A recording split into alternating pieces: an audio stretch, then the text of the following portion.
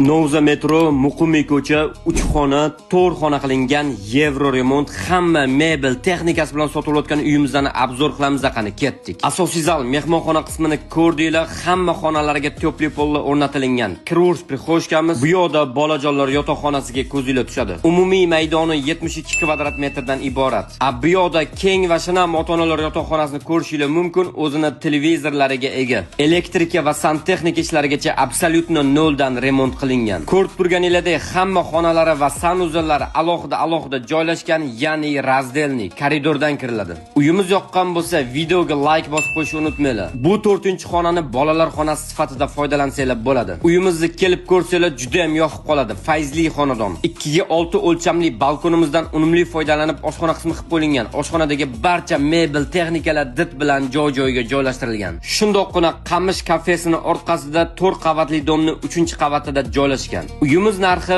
$109 ming. Qo'shimcha ma'lumot olish uchun pastda opisaniyada telefon raqam qoldirdim.